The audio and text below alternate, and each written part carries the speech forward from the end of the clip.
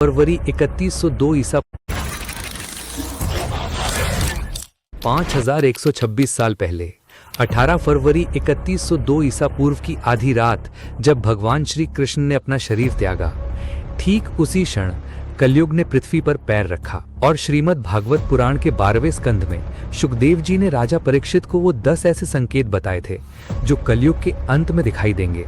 रुकिए, ये कोई कहानी नहीं है, क्योंकि इनमें से 7 संकेत आज इसी 2026 में आपके आसपास हूबहू घट रहे हैं और 10वां संकेत जो अभी तक किसी YouTube चैनल ने नहीं बताया, वो शायद इसी दशक में पूरा होने वाला है। इस वीडियो को अंत तक देखिए, क्योंकि आखिरी में मैं आपको वो स्थान बताऊंगा जहां कल की अवतार जन्म लेंगे और एक ऐसा रहस्य जो भविष्य मल्लिका में 500 साल पहले लिखा गया था, लेकिन सच आज हो रहा है। नमस्ते दोस्तों, आज की कहानी शुरू होती है 5126 साल पहले से। सनातन धर्म के अनुसार समय चक्र 4 युगों में बटा है: सतयुग, त्रेता युग, द्वापर युग और कलयुग। कलयुग की कुल अवधि है 4,32,000 वर्ष, यानी हम अभी कलयुग के सिर्फ 5,000 वर्ष ही पार कर पाए हैं। लेकिन यह एक रहस्य है जो बहुत कम लोग जानते हैं। श्रीमद् भागवत पुराण के 12वें स्कंद अध्याय 2 में स्वयं शुकदेव जी कहते हैं, कलयुग की असली विनाशकारी अवस्था उसके अंतिम चरण में आएगी और उस अंत से पहले कुछ निश्चित संकेत प्रकट होंगे। और यहीं से शुरू होती है असली कहानी, क्योंकि वेद व्यास जी ने जो लिखा था हजारों साल पहले, वो आज सच होता दिख रहा है। पहला संकेत, श्रीमद् भागवत 12.2.1। शुकदेव जी कहते हैं, धर्मः सत्यम शौचम क्षांतिर्दया रासम यास्यन्ति सर्वे च कलिना सह चतेव। अर्थात कलयुग के प्रभाव से धर्म, सत्य, स्वच्छता, क्षमा, दया, आयु, बल और स्मरण शक्ति, ये 8 गुण दिन प्रतिदिन घटते जाएंगे। जरा रुककर सोचिए, क्या आज ऐसा नहीं हो रहा? आज एक 10 साल का बच्चा भी मोबाइल के बिना कुछ याद नहीं रख पाता, जीपीएस के बिना रास्ता नहीं ढूंढ पाता। मेमोरी लॉस आज की सबसे बड़ी मानसिक समस्या बन चुकी है। और दया, सोशल मीडिया पर लोग लाइव एक्सीडेंट देखते हैं लेकिन वीडियो बनाते हैं, मदद नहीं करते। ये पहला संकेत पूरा हो चुका है। दूसरा संकेत, श्लोक 12, वित्तम एव कलौ नृणाम जन्माचार गुणोदयः। शुकदेव जी कहते हैं, कलयुग में धन ही किसी व्यक्ति के अच्छे जन्म, आचरण और गुणों का प्रमाण माना जाएगा और न्याय भी उसी को मिलेगा जिसके पास शक्ति है। आज खुली आंखों से देखिए, एक गरीब का बेटा भले ही कितना ही गुणी हो, समाज में उसकी इज्जत उतनी नहीं होती जितनी अमीर के बिगड़ैल बेटे की। शादी में लड़के की डिग्री नहीं, उसकी सैलरी पैकेज देखा जाता है। और न्याय, आपने खुद देखा है, बड़े बड़े मामले सालों चलते हैं और छोटे केस मिनटों में निपट जाते हैं। दूसरा संकेत भी पूरा हो चुका है। तीसरा संकेत, श्लोक 12.2.3, दाम्पत्य अभिरुचिर हेतु मायाई व व्यावहारिके। स्त्री और पुरुष सिर्फ बाहरी आकर्षण के कारण साथ रहेंगे।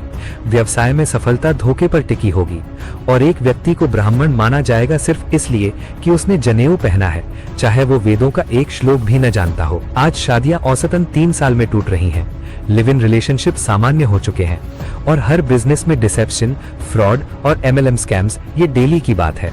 लेकिन यहाँ एक बात बताऊं जो शायद आपको चौंका दे। श्लोक 12.2.4 में लिखा है कि कलयुग के अंत में जो शब्दों का खेल अच्छे से खेल सकेगा वही विद्वान कहलाएगा।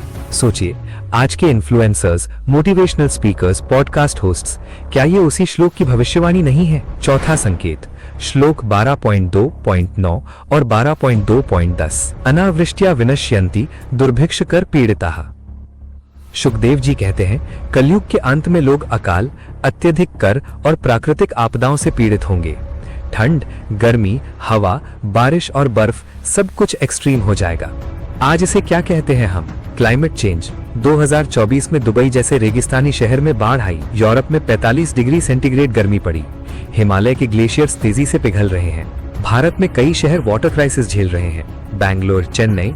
और tax, GST, income tax, property tax, road tax, आम आदमी की कमाई का 40% सिर्फ टैक्स में जा रहा है।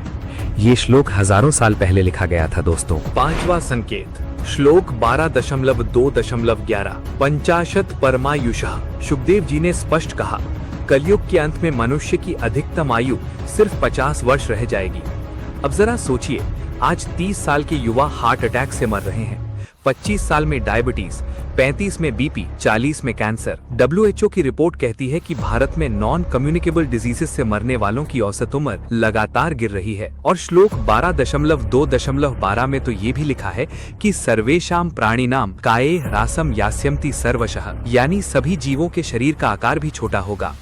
क्या आपने नोटिस किया, आज के बच्चे पहले की पीढ़ी से फिजिकली कमजोर हैं, स्टैमिना कम, इम्यूनिटी कम। ये कोई संयोग नहीं है। छठा संकेत, श्लोक 12.7.8 और 12.12.10, प्रजा ही लुब्धई है राजन्यई निर्घृणई है दस्युधर्म भी। सुखदेव जी कहते हैं, कलयुग के अंत में राजा यानी शासक लुटेरों जैसे हो जाएंगे। वो जनता की संपत्ति और स्त्रियों को छीनेंगे और उनसे बचने के लिए लोग पहाड़ों और जंगलों में भागेंगे।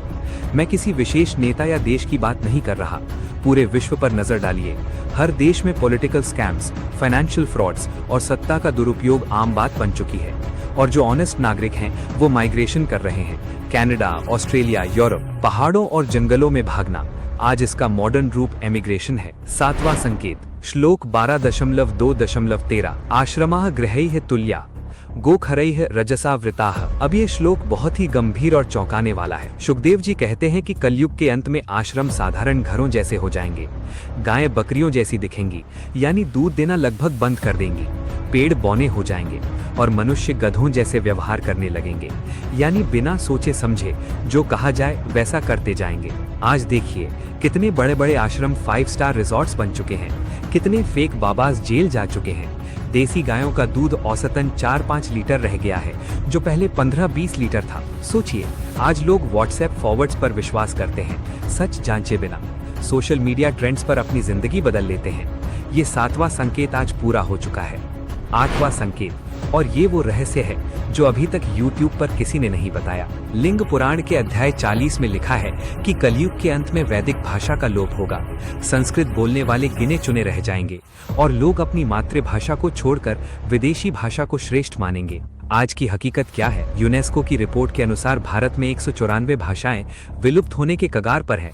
संस्कृत के विद्वान 2 लाख से भी कम बचे हैं और हम सब अपने बच्चों को इंग्लिश मीडियम में पढ़ाने को स्टेटस सिंबल मानते हैं। महाभारत के वन पर्व अध्याय 190 में महर्षि मार्कंडेय कहते हैं, म्लेच्छ भाषा प्रयोगश्च भविष्यति युगक्षये। युग के अंत में म्लेच्छ भाषा यानी विदेशी भाषा का बोलबाला होगा।